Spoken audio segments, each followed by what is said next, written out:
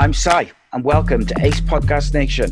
On the channel, we've got interviews, podcasts, series, content on various subjects, including mental health, football, films, serial killers, conspiracy theories, writing, music, MMA, and more. All our shows are available in video format at youtube.com/Ace Podcast Nation and audio at all the usual podcasting platforms. Today's show is my favorite kind of show. It's a little bit different to the usual format. It's episode number 7 in our Unscripted and Uncensored series, where I have no real run through, no script. It's just completely unedited, uncensored. We just have some talking points, some subjects or questions sent in by the people, Twitter, Facebook, email. Just it should be a lot of fun. Maybe go off the rails, probably go off on some tangents really fast, but it's good. Bit of conversation. Just before I introduce my guest for today, I'll just do the quick plug. Today's show is brought to you by Away Day Apparel. Away Day Apparel is a group of casually obsessed football fans looking to bring something different to the wardrobes of like-minded people. Football, music, and weekend carnage high on the agenda, they aim to bring you some exclusive products. They're edgy, controversial, but most importantly, current. From t-shirts, polos, shorts to hoodies, jackets and accessories. Stick with them, and they aim to bring you terrace wear that will turn heads and provide that cutting-edge look that we all crave. So, you will have seen my guest today dominating in Cage Warriors all over Europe. He was dubbed the hottest prospect in the UK by the UFC boss man, Dana White. And he made his UFC debut in Copenhagen with an impressive win. His UFC bantamweight, Jack Tank Shaw, is here with me today. Welcome, buddy. How are you? All good, mate. All good. Happy to be here. Looking forward to some funny questions. Just see where we go. See where it takes us, mate. That's that's what I like about this. Is like I got my normal intro and my plugs, and then as soon as I've introduced you, it's just a free for all. Then it just goes where it goes. So yeah, it's good. We've had a few different guests for these shows. We had Welsh boxer Gavin Gwynn, former MMA fighters Lee Remedios and Danny Bratton. Mcrgegor came on. Alan Jones of Away Day Apparel as well. And plus your fellow Welshman and UFC fighter Brett Johns, which hasn't come out yet, but by the time this comes out, it'll be out. We also had a special mini version with the lead singer of Shed 7, Rick Witter, which was a lot of fun and a good, interesting chat. So that's the format. Got a lot of questions. Let's get this mother started. So what I like to do, Jack, is before I just kind of list off a load of questions and do it like that, I prefer it to be more of a kind of conversation and we'll just see where it goes and talk and whatever. So I like to start off by having the guests tell us, a little bit about them. People maybe who are not familiar with you or whatever, like where you're from, where you grew up, siblings, basically how you ended up where you are today, mate, really.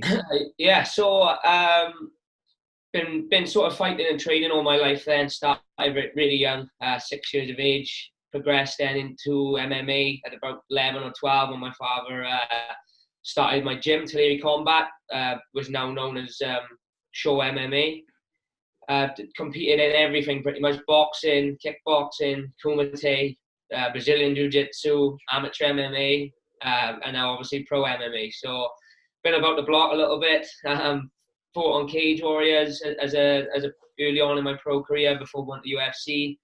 Won the Cage Warriors world title. I've also I was the first person to win the IMAF European title, which was 4 fights in 3 days. So I'm quite well versed then, I suppose, in what I do. I come from a little town called Appalachia up in the valleys.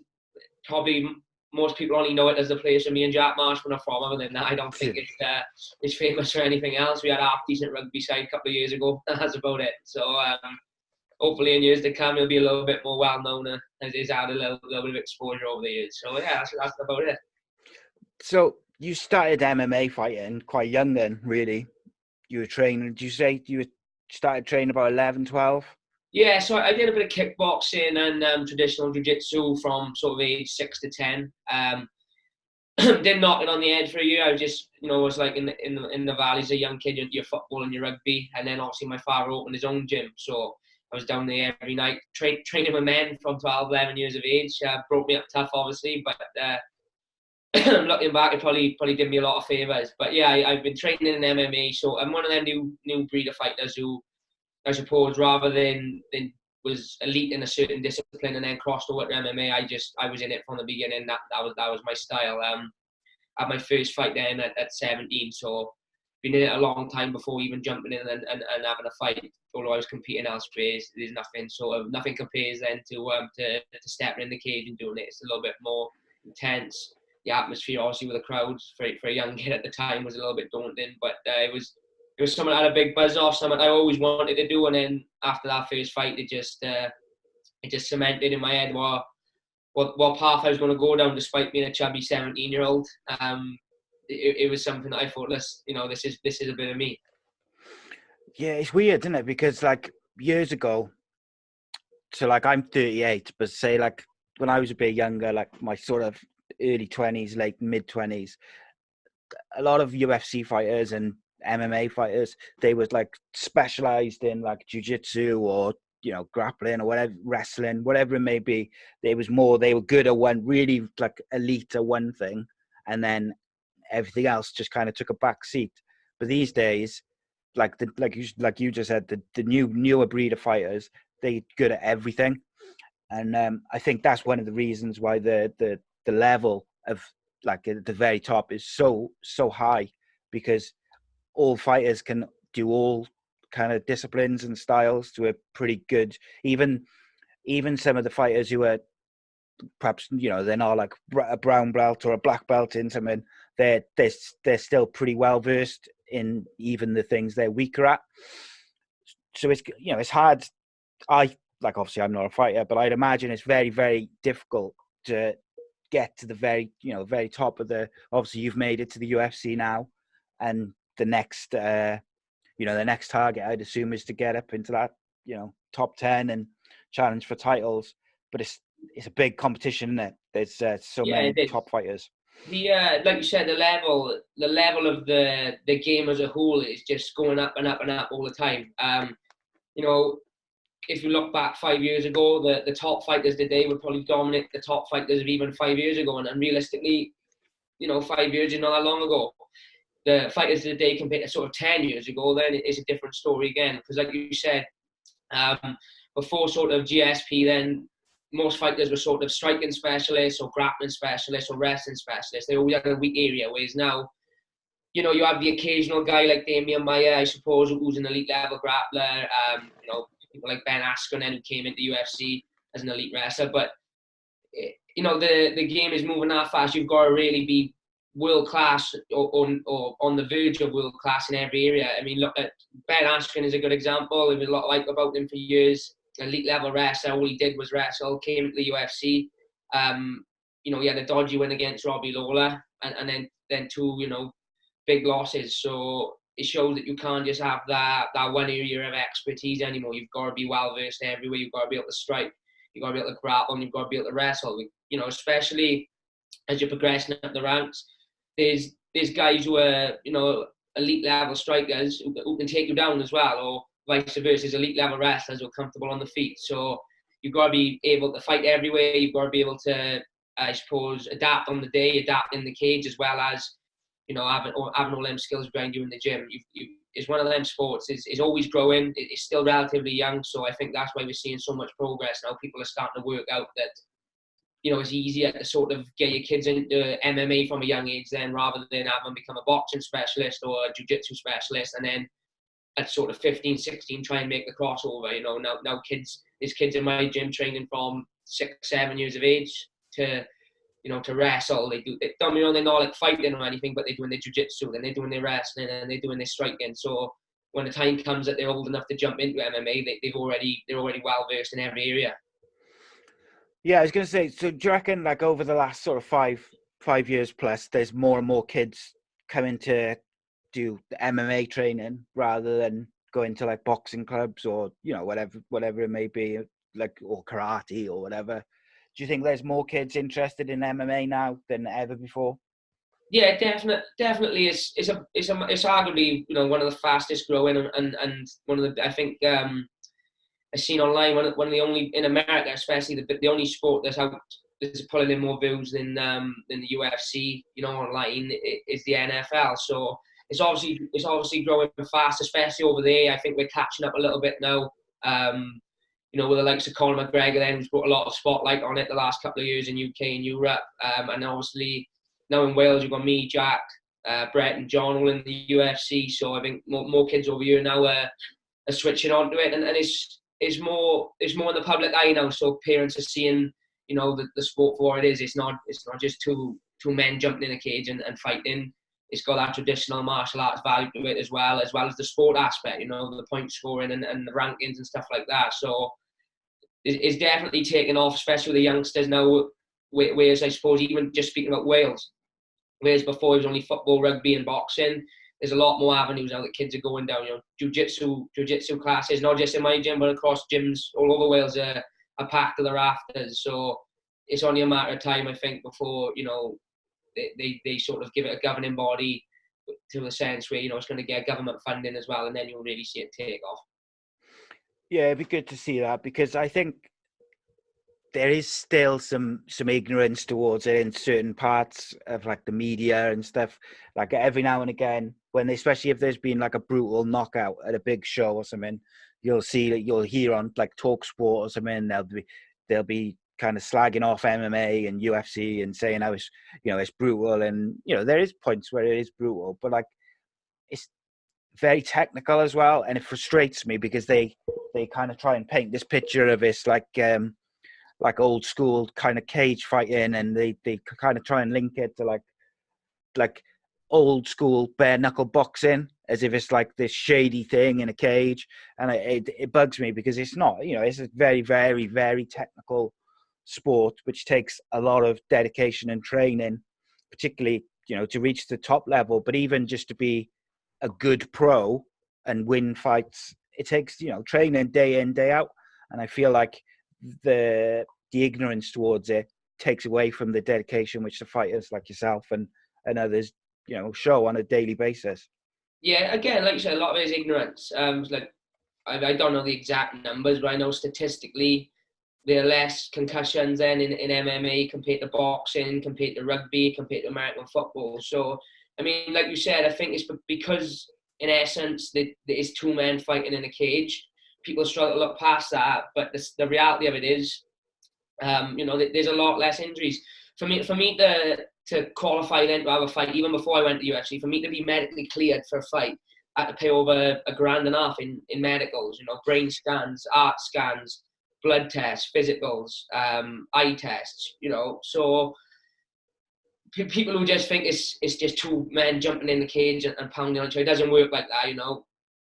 The way I always look at it is in boxing then, and I'm a massive boxing fan. I'm not slagging boxing off at all, because I'm always been a massive box fan, but in boxing, if you get knocked down, as long as you get up with a count of 8 and the ref thinks you're all right, you can potentially go on to take another 30, 40 shots before the ref will jump in. In MMA, if you get knocked down with the small gloves and someone follows up, is very rarely is it ever more than 5-10 shots max before the ref will jump in and stop it. So I think statistically you're probably looking at less sort of damage than boxing and the other sports. The thing with MMA as well is, it's a little bit different to boxing in the sense of, with boxing, some guys will have 20 or 15, 20 fights before they actually, fight someone of their level and their caliber. They build themselves that way. Whereas in MMA, you turn pro, and it's a matter of one fight, maybe 2 fights against a journeyman or so, just to get yourself, used to the pro rule set, and then it's, you start being evenly matched. So I think you see guys move up the ranks quicker because they're fighting tougher opposition earlier, so they're progressing quicker, so their careers are not as long. So in essence, they're probably not taking as many shots over a course of, say, 15 years than some of the boxers are. So it's also for course, I mean, it's just ignorance. If you can accept boxing and rugby and the dangers of that, then there's no reason why you can't accept MMA. Yeah, no, spot on, mate. And like, obviously, going back to like what we were saying about like what the Welsh fighters at the moment in boxing and MMA, there's like quite an exciting time for, in the next couple of years could be really special for Welsh combat sports, because you've got like guys like yourself and John Phillips and Brett and Jack Marshman, and then you've got like Cody Davis and Gavin Gwynn on the boxing side and some others. Is there any other kind of fighters for either Wales or Britain that you're kind of excited about yourself over the next couple of years, making that sort of step up? Starting then with the MMA, there's a lot of top guys coming through now. Oban Elliott is a big prospect coming up at our gym. We got amateurs, Jack Tucker, Jordan Peake is another one who just turned pro. All guys we're excited about. You look down at Swansea, there's guys like Aidan James, Scott Pedersen, who are all coming through the ranks. Mason Jones is another one. So, the Welsh MMA scene is only going up and up and up since the boys have gone to the UFC. So there's a lot of prospects coming through. Not even prospects, a lot of guys who are on the verge of breaking into the top European scene, and then the next logical step for me is to look to break in the UFC. So we're stacked with the rafters. And I mean, there's kids now in the gym, 15, 16 years of age, and I'm looking at them and I'm thinking, when they're my age in 8 years' time, they're going to be frightening. There's going to be kids coming through now, we're at that generation where in 10 years' time, there's going to be kids that are better than any of us that are about now. Yeah. So it is an exciting time. Boxing-wise as well, you look, I think Welsh boxing now is probably as stacked as it's been for a long time. You've got, like you said, Cody and Gavin Gwynn. Joe Cordina, I'm a massive fan of as well. He's British champion. Liam Williams is two-weight British champion. Chris Jenkins. There's a young kid, Gary as well, who I train with, Reece Edwards. He's got all the makings of a world champion. I think he's 9-0. He's only just turned 19, and he looks like he's gonna be the next one as well. So, between boxing and MMA, I think the fans of combat sports in Wales are going to be spot for choice now over the next 5-10 years. And even pushing on longer now with the next generation coming through as well. It's stacked full of talent, stacked full of exciting fighters. There's none of those guys I've just named where you watch them fight and think, yeah, they're a good fighter, but they're not great to watch. They all put on exciting fights. And I think it's something about the Welsh, they just, we're never really in a boring fight enough. No. If we can avoid being dragged into a ball fest, we will. So, like I said, MMA and boxing in the next couple of years, the fans are really in for a treat, I think. Yeah, I agree. No, you're right. Well, like the Welsh, you tend to see more like they just get into it, like blow for blow a lot of the time. If it's like striking fight, or it's very rarely like the Joshua fight on the weekend, which I thought Joshua, he did what he had to do. He won the fight comfortably, and he showed that he was so much more technically like a better boxer. And sometimes it's not about like knocking someone out in the first, second, third round. Sometimes you've got to box clever.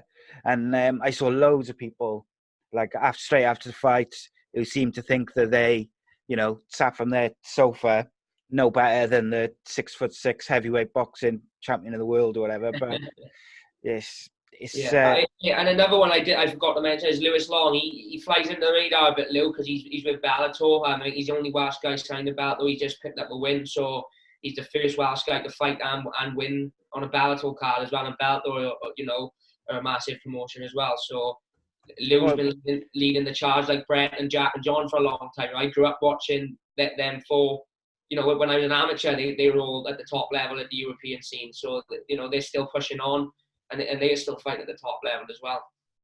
Sorry, what was his name? Lewis Long. Lewis Long. Because I'm speaking to Tom Mearns from Bellator later on. So I'll ask him about Lewis. Yeah, Lou's a character as well. He's not your stereotypical fighter. He doesn't try to play the tough guy card. He's a quirky, funny guy, and you see him at the weigh-ins. He pulls him in for a nugget at the weigh-ins. He's all smiles. He's all happy to be there. So Lou's a character as well. I think he doesn't always necessarily get the exposure that some of us others get, because he's on that Bellator scene. But I think people, now he's got that win and he's fighting again in February, people will start clicking on how good Lou is as well as Brett, Jack, John, and myself. Get him on here. I'll have him on. Yeah, get him on. You'll have a fun time with him. Let me tell him, he's a special guy, Lou. Yeah, I'll have. Because I had Gavin Gwynn on, and obviously I had Brett on. That show's coming out now, and me and Brett, we were on there for Skype for like 2 hours. We forgot we were doing a show. Like we were just chatting for ages. But it was a good show though. yeah, it was just good. So what I've done with these questions, I've tried to bunch them all up. So Right. they're kind of like all the MMA questions and then some of the other stuff. Right, So the first one is just nice and simple. Who do you want to fight next? I mean, I get that question a lot. Obviously, I keep telling people, when I was in Cage Warriors, I was sort of a big fish in a little pond, in the sense of I was the top of the division. So I was spoilt for choice. Everyone was calling me out left, right, and centre. Whereas now I've moved on to the big show with the big boys, you know, from all over the world. So I will literally fight anyone that's going to help push me up the rankings. And you know, I had a good win in my last fight against a guy who, although he lost the fight before, he gave a ranked opponent in Chico Vera a lot tougher time than he gave me. So I'm more than confident I can compete with the top 10, 15 guys. But I know, only being 1-0 in the UFC, I've got to sort of build my stock a little bit. Then I've got to pick up some wins before they're going to start putting me in with guys who can push me up the rankings. So, you know, anyone that's a sort of similar level to me, in the sense of, you know, they got a lot of hype about them. You know, people are talking about them. There's a lot of buzz around them. So someone that's similar to me, in a sense of I can fight them, beat them, and steal their right to push me on a little bit further. Yeah, I mean, Dana seemed impressed by your debut, because I was just like, when I was preparing for this, I was having a look at and I watched the fight again, and like he's straight away, he's on all over the BBC and TalkSport and all these places in the UK. Like he's calling you the most exciting prospect in, you know, coming out of the UK. That's got to be kind of a confidence boost, as you know, the dominant win, obviously, but like hearing the boss man speak so highly of you as well. Yeah, well, you know, there's some guys I know of. I know of, like, American guys and stuff like that in the UFC who've been in there sort of 5 or 6 fights, and they've never, you know, Dana doesn't know who they are, and you know, they've never spoken to him. Whereas even before I stepped in the cage, he did an Instagram video and a tweet, you know, about me, saying, like you said, you know, the next big thing coming out of the UK. So to know that the right eyes are watching and the right people are talking about me, then yeah, it's a big confidence booster.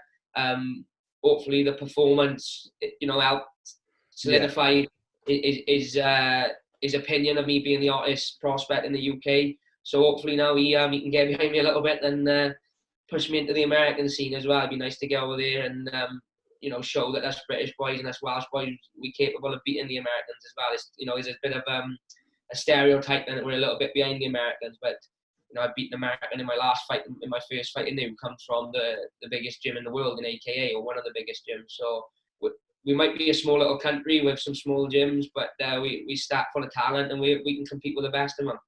Absolutely. So the next question it's a bit of a kind of a long one. It says, who do you think wins out of McGregor, Cerrone, and Khabib and Ferguson, and why?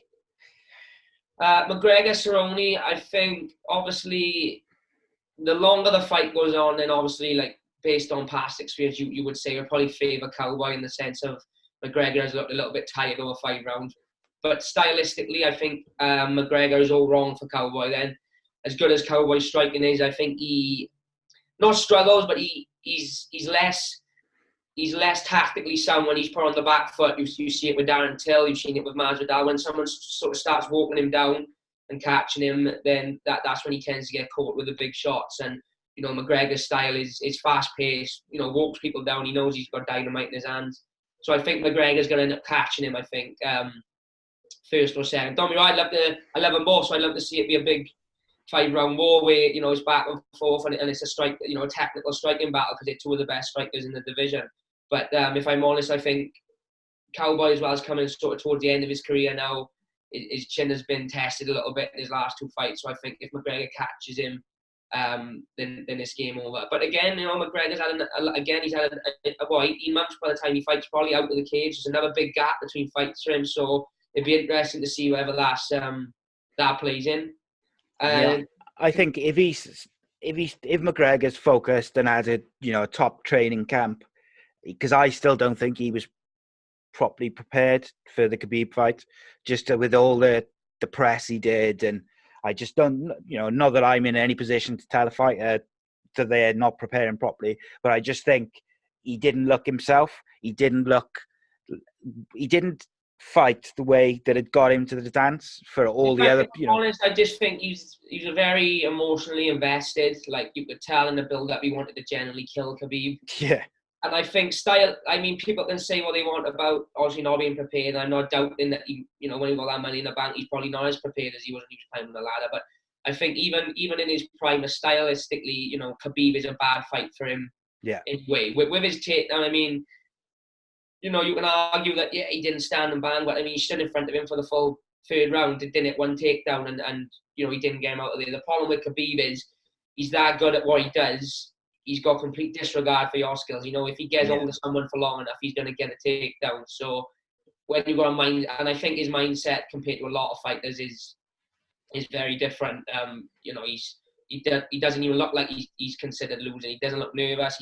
He just knows what his game plan is. He goes out and he does the same thing to every person, but there's no one yet that has been able to stop him. But obviously, moving on with him and Tony, I think Tony Ferguson is cut from the same cloth in the sense of, he doesn't. I don't think losing even comes into his head. They're two mentally strong guys. They don't really like each other either, I don't think, so that adds to the hype. And it's one of them fights I'm 50-50 on, because Khabib, I've never seen anyone sort of put any offense on Khabib to the sense where you could say, well, he's weak in this area because, he's never really been troubled. But then Ferguson, he's going to press forward, which may open up a takedown, but he's that good off his back. He causes a lot of damage even when he's on his back. So it'll be interesting to see if Khabib can neutralise his grappling then and just do his thing from the top, or if Tony's ground game will, allow him to get up, because Ferguson can wrestle as well. And, we've seen Ferguson doesn't get tired. He just keeps coming and coming and coming. And the one little flaw maybe that Khabib has is in the past, he has faded a little bit as the fight has gone on. Not to the sense where he's blown out his ass, but, you've seen him get a little bit tired. And someone like Ferguson is a bit like the Diaz is in that sense. I think if he sees someone get tired, then he turns up the pressure even more, which is why he inflicts so much damage on his opponent. So that one I can't call a winner. I'm 50-50. I'm going to have to keep thinking about it till April comes, and maybe I'll have a decision then. Yeah, I think it's just one of those fights, isn't it, where you could see if you told me you had a time machine and you've seen who won, and you told me it was either one of them, I'd believe you, because it's like they could fight 10 times, and I think it would be 50-50 on the wins. It's one of them fights. It's a matter of who can do what on the night, and what factors come in. There's a lot of factors then that are gonna play in on the night, and it's tough. I mean, looking at it, it's tough to call because they've both been that flawless the last sort of 4 or 5 years. None of them have showed any real weakness in their game. So it's tough to pinpoint an area where any of them could, find trouble, I suppose. Yeah, I mean, going back to the McGregor-Cerrone fight, I think one of the things which Conor does really well is he creates these weird angles when he's striking, particularly coming from the left side. And I think that might trouble Cowboy a bit. But like you say, if it goes a bit longer, you could see Cowboy then perhaps getting that bit, he's got a maybe better conditioning or something. I'm not sure. Conor just, even though, like, I'm sure Conor's conditioning is very, very good because he's a top athlete, he does look, after the initial sort of 3 rounds, he just does seem to tire. He's one of them athletes, I think. He's like what they call a fast twitch athlete then. So his conditioning could probably be as top level as it can be. No one's ever doubted that he's not unfit, because he's obviously trains his ass off. But I think he's that powerful then, and his muscles are that fast twitch that, without sort of trying to give a lot about, but when he's throwing these shots, there's that much power coming in. And I think naturally, obviously, his muscles sort of tire a little bit, and maybe that's what factors in. But on the flip side, although he looked tired in the second Diaz fight again, he managed to come through with a bit of a second win and pull out the win there. So it'll be an interesting fight. If he doesn't land the shot sort of early on in the first 2 rounds, I'm being intrigued to see how the 3rd, 4th and 5th play out. But I think as long as he's in the first 2 rounds, he's capable of putting Cowboy away. And I don't think for the first 2 rounds, Cowboy will sort of danger him in the sense of putting him to bed. But as the fight goes on, that's where Cowboy becomes more dangerous, especially looking at the Iaquinta fight. He sort of got stronger as the fight went on and got sharper as the later rounds come into play. Yeah, and then someone else asked if if McGregor wins and Khabib wins, can Conor beat Khabib, and how in the rematch? I don't think really that there's a way. I mean, I see a lot of people on Twitter, and I'm a big fan of McGregor myself. I've been for years. Maybe, he's gone a bit off the rails a little bit the last couple of years, and some of the things he's done, it is tough to get behind him. But yeah, fighting wise, you can't not be a fan of his style, the way the level he's at then on the feet especially, and even in his wrestling, you've seen a lot more.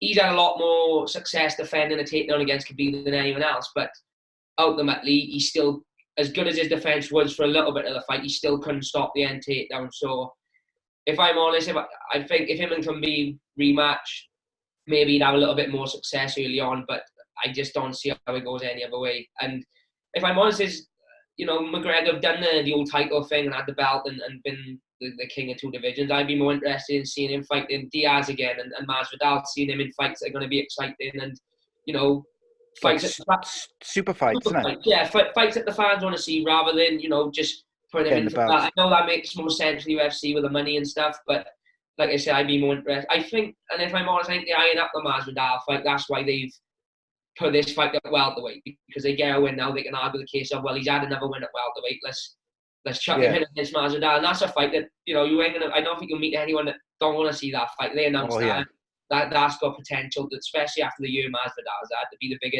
the biggest draw sort of in UFC history, because I can't imagine them two are going to get on with each other in the build-up either. So they've already started, haven't they? Yeah, they've had some slight things. And I think that's like a real special fight. Another fight I'd like to see Conor have would be against Ferguson. I would love to see that. Yeah, again, that's another one. That's another fight I'd like to see. Just because of the style of it, Ferguson just stand and bang, wouldn't he? Ferguson is prone to get in it, but he's a tough fucker. So it'd be interesting to see if he can put him away, or if he can't put him away, what happens when he gets back up and he doesn't get tired. There's a lot of factors, and for me, that's what makes a fight, is when you've got all these factors of McGregor gets tired a little bit early, Ferguson is fit as they come, but then you've got Ferguson is prone to getting clipped, whereas McGregor is elite with his striking and can tag anyone at any time. So when a fight's made like that stylistically, that's a lot more exciting, I think, than the McGregor and Khabib rematch. Yeah, spot on, mate. Okay, let's get some more questions. So we got, if you could pick up any fighter, past or present, to face in your first main event, who would it be? Funny enough, is not like the stars are aligning, but I just seen obviously Frankie Edgar is dropping to bantamweight, and I've been a massive fan of his from about probably 15 years of age. I was probably 15 when he first come onto his title run at lightweight, and there's not many people I fanboy, but I think if I seen Frankie Edgar, I would have a fanboy moment. But who knows? Maybe in a couple of years, if he's still about, he may knock it on the head in a couple of years, because he's had such a good career and such a long career. But me and him at bantamweight, I think it'd be a fun fight, and to fight a legend like someone I've looked up to there, one of my heroes, I suppose, as a kid coming up. Always liked his attitude. He's humble, puts on great fights, and it would be an honour to share the cage with him. So never say never. Yeah, Dana White, get that done. Frankie Edgar versus Jack Shaw. I like that. That's a good one. So Johnny asks, who would win out of you and Brett Johns, and would you fight each other? Tell Johnny it'd be a draw. No, I wouldn't want to fight Brett.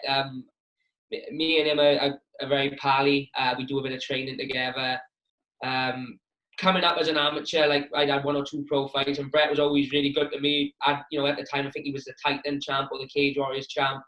Had me down the gym as an amateur, helping me improve sparring stuff. Always sort of took me under his wing a little bit. Always supported me online, everything like that, and vice versa. I got a lot of time for Brett. Looked up to him for a long time, and still do in this game. He's a great fighter. He's one of the first ones that proved that the Welsh guys can wrestle, and we can compete with the top guys all over the world. And I would like to think that there's enough people in the division that we can avoid fighting with each other. But yeah, I got big fan of Brett's, and what you've done for Welsh MMA, along with the likes of Jack and John, has laid the path for people like myself and the boys coming through. So it'd be a shame to have to fight him for everyone else's pleasure. Then, do you know what I mean? Yeah. I think Johnny's trying to stir up trouble myself. Johnny's trying to stir up He's trouble. trying to get an all Welsh fight. But it's got to be difficult, isn't it? Like, especially when you've got, like, if you've got friends in the same weight class, and the time might come where they want to match you against each other. It's gonna be difficult, isn't it? But like, have you ever had to fight anyone like who you're like friendly with, or pretty like not close to, but like genuinely friends with, rather than just know in a passing capacity? Yeah, no, never in MMA. I have the grappling tournaments. Me and a couple of my mates would obviously, coming up as kids, we'd enter, and I fought a couple of teammates a couple of times in jiu-jitsu, but it's different then. It's like having a roll in the gym. I could never fight one of my teammates and someone who when the boys fight, I'm more nervous for them than I am for myself. So to have to step in there and fight them, I couldn't do it. And for years I've had in my gym, there's a lot of bantamweights. There's me, Josh Reed, Chris Edwards was a bantamweight for a long time. Martin McDonough was a bantamweight for a long time. So there's a lot of us floating about the same weight, and we've always avoided fighting each other, and I think we always will. The bond we got in the gym is more of a family bond then, rather than just teammates. We all generally want each other to succeed and do well. So I can never fight one of them under the lights. And I'll save that for people I don't know. Okay, let's fly through some of these questions. AJ or Fury? Fury. Absolutely. Couldn't agree more. If you could fight anyone from any era, who would it be? Any weight or? He says any era, but there's another question now in a minute about any weight. Any era. Let's go Frank Edgar again. I know we're still about the same time, but he was in his peak, I think, about 5-6 years ago. So let's go with Frank Edgar. Yeah, you won that fight, didn't you? I don't know if I really want it. I don't think I do want it, because I look up him so much. But when you talk about what's the saying, you keep going till your idols become your rivals. That's the one example that shines through it in the division. There's no one else in the division then that I sort of think of. I looked up to them as a kid coming through. Whereas Frank Edgar is a legend in the game. Yeah, and I suppose the other thing is, it's if you're like such a big fan of him, it's like you don't want to end his career, do you? So, like in that sense, no, I don't mean like nasty.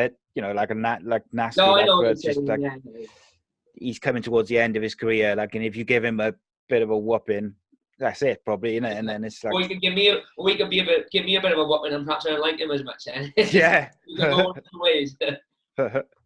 So, if you could fight, there you are. If you could fight a current fighter from any weight, who would you fight? Oh, that's a tough one. Let me think. I have to try to think. Is anyone I don't like? Probably, let's go TJ Dillashaw, just because of all the PEDs and the blood doping and all that shit. I think he should be banned for life. If I'm honest, I don't see how you can get caught blood doping. Like what happened with Lance Armstrong. Yeah, they banned him for life. So I think the same. I think the same should apply. Anyone caught using steroids or blood doping, they should be gone for life. They shouldn't get a second roll of the dice. So it'd be nice to he might put it on me again, but it'd be nice to get on with him and sort of. But I think again there'll be a lot of people in my division who want to crack at him just to sort of get back at him for even trying that. The fact he hadn't even denied it, he openly admitted he did it. So it's like he's done it knowing full well, knowing exactly what he was doing, knowing it was illegal, and hoping that he didn't get caught, and he's come back to bite him on the arse. So I think he lost a lot of fans the last 2 years on what happened. I don't think no one will be interested to see him come back either. No, I think the only thing people will be interested in is seeing him get a pasting. Yeah, exactly. Yeah, I agree with you, mate. To me, anyone who's doing like PEDs, I lose so much respect for him. But then I was reading about it the other week, and it was like blood doping to me is like taking it up another level. Yeah, exactly. And it's just like, I've never done it, so I don't know what, but I've been told it's the equivalent then of, you have a Saturday and Sunday off, you wake up Monday, you're fresh your days, you feel like you could do 10-mile run, you could do your weights, you could do 4 sessions or 5 sessions in a day. And I've been told with the blood doping, you sort of do it, then you wake up the next day exactly the same way, so you feel like you could go and run a marathon. So it's not fair on everyone else. Obviously, fight camp and training 3 times a day, 6 days a week when we're in camp weighs on all of us, but that's just part of the game. Pushing through when you're tired. It's a dangerous sport as it is, so we don't need to have people cheating and getting an unfair advantage in a sport where physical harm can be done. They should just ban them for life. I don't understand the 2-year ban. The 2-year ban sentence when they tried to ban Nick Diaz for 5 years for smoking weed. It doesn't make any sense at all. Yeah, it's fucking stupid, that, isn't it? So I know you're pushed for time and stuff, so we're not going to get through all the questions because there's just so many of them. So I knew that, but I knew there was a chance of that. So I'm going to try and pick out some of the good ones. What we got? Who's the greatest MMA fighter of all time? And who's the greatest UK MMA fighter of all time? The greatest of all time is probably, I would say, John Jones, but then you've got to give GSP his props as well. Again, clean athlete. Then was the greatest welterweight of all time. Had 4 years off, come back and won the middleweight belt. And now there's talk of him coming back and fighting Khabib. So as far as MMA athletes go, you've got to give GSP. But skill-wise, John Jones is undoubtedly, levels above him. The only thing that sort of brings Owen down a bit is obviously the PED accusations. But I know there's talk of them saying now that something went wrong there with the test or whatever. But that's someone else's story to tell. And the greatest UK has obviously got to go with Bisping. First ever UK UFC champion, was on the verge of winning it so many times and didn't do it, and then to do it towards the end of his career, he's without a doubt the greatest we've ever had to come from the Isle. Yeah, spot on. The one thing I'd say about John Jones is if it comes out or turns out that he's never taken PEDs, and it was a mistake, kind of the other side's mistake, I think that's real bullshit. Because he's going to be tarred with that no matter what, yeah, exactly. Forever. That is the other problem with the old drug testing fiasco is, they need to get something in place where you can 100% confirm it or not. Did he do it or didn't he do it? Because like you said, despite what happens now in his career, he could go up and win the heavyweight belt and then drop down and win the middleweight belt. He'd still be tarred as, but he took steroids. Where if he hasn't done it, then it's a bit shit for him. Well, the thing is, most people, if you ask them, who's the greatest fighter of all time, they say John Jones, and there's always a but. It's because they associate, not just that, but that plus the other stuff which has gone on with him. So it does take away people's opinion of, his career overall. But we'll see. Yeah. I guess we'll see where it goes. Right, so what I'm going to do now, just before we finish off, I'm going to skip down to the bottom, which is the other questions. So they're a bit more random. So what have we got? Biggest prick you've ever met in the fighting world? Biggest prick I've ever met? Yeah. I don't know. I haven't really met many bad people in. Do you know what? Brett Johns said the same thing. He said the majority of the people I've met are all pretty sound. The majority of sound is, there's some people with bad attitudes and stuff like that. But as far as meeting on a personal level, I don't think I've met many wrong ones. Oh, there we go. So, most famous person in your phone contacts? Most famous person in my phone contacts is either got to be probably Gary Lockett, the Pocket Rocket, or probably either Marshall or Brett Johns. They're the only other two I've got on my phone that's famous. So when you win your next fight up in Vegas or something, there'll be a few more. Collect a few more, then, can you? Well, maybe I tell you what, Ross Moriarty as well. Yeah, he's up there as well on the Welsh for the Welsh voice. That's a good one. That's a big one to have as well. Yeah. So this guy, it's a girl. I do apologize. Peaches says, Jack, congratulations on your UFC win. I'm struggling for good stuff on Netflix at the moment. Can you recommend me 3 good films and 3 good TV shows? 3 good films. Right, let's go with what I watched recently. Last night I watched Daddy's Home 2, which had me in stitches. So go with that. What's the new one on there I watched the other night? Braven is another one. Is a new Netflix one that's pretty good. And I don't know if it's on Netflix, but a classic, one of my favourite films is The Watch with Jonah Hill and Vince Vaughn. If you're into stupid comedies and got a stupid sense of humour like me, that's a good one. TV shows, you've probably seen them, but Breaking Bad, Sons of Anarchy, and Stranger Things. Good shout. I haven't seen the latest series of Stranger Things yet. I keep going to watch it, and I get distracted. Well, Or I'm Power. You go have a fourth one, Power as well. Chuck that in the mix. I've heard that's supposed to be good. I haven't watched that That's yet. cracks. I love Power. What do you think of the Breaking Bad film? Yeah, it was all right. I mean, I think it was something to nothing really. Though they could have done a lot more with it. They left it a bit long, I think, to bring it out. So it was a little bit of a letdown. I would have liked to have seen a bit more of because we've been led on to think, for years that Walter White might be alive, and I think that pretty much shut it down, didn't it? So it's a shame. I was gutted as the 18-year-old in me was disappointed in that one. Yeah, I think it was basically like a epilogue on it, just like a extra episode to tell you what happened to Jesse. But I thought it was all right. But okay, last. Go on, and we'll finish off on these then. What's the worst thing you've ever done?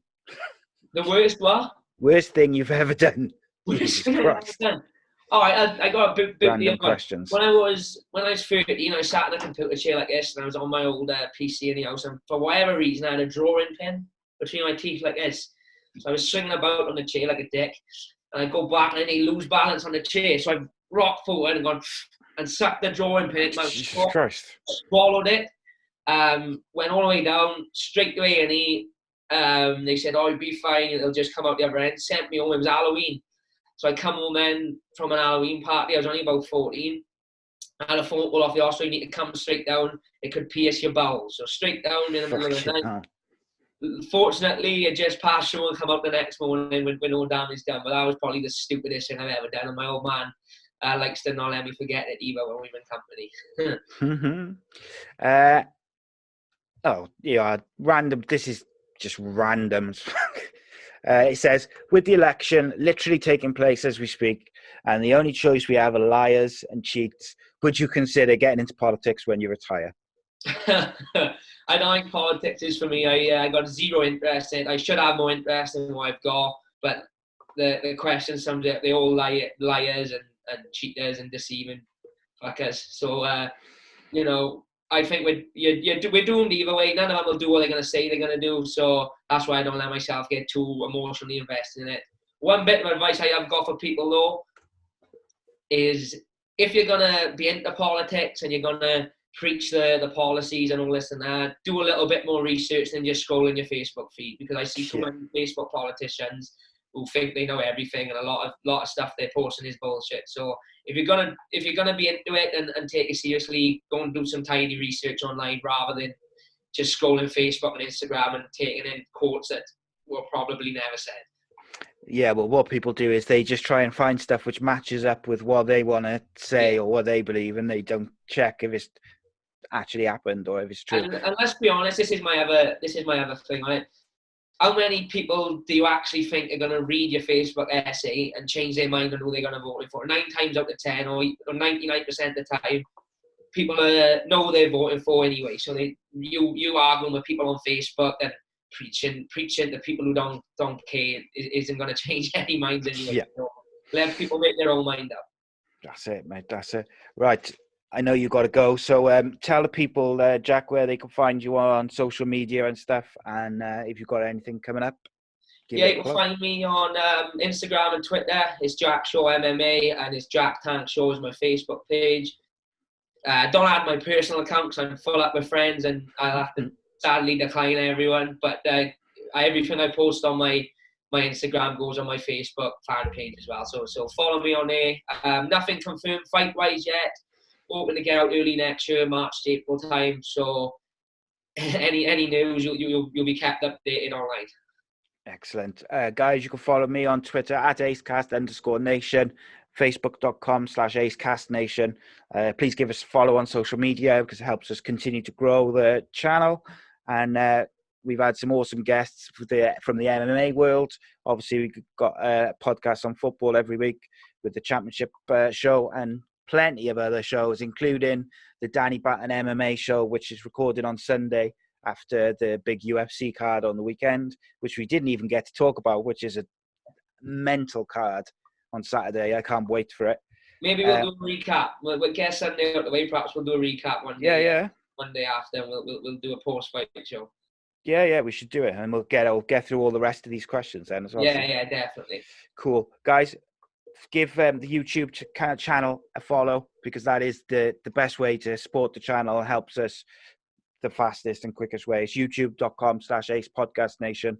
If you prefer to listen to the shows, obviously we've got iHeartRadio, TuneIn Radio, Apple Pods, everywhere. Jack, thank you for joining me, mate. I really appreciate your time. No problem, mate. I'll look forward to the next one. Indeed. And guys, leave us a comment on the video and tell us who should be next on Unscripted and Uncensored. And until then, have a good Christmas, and we'll see you for the next episode of Ace Podcast Nation. Cheers.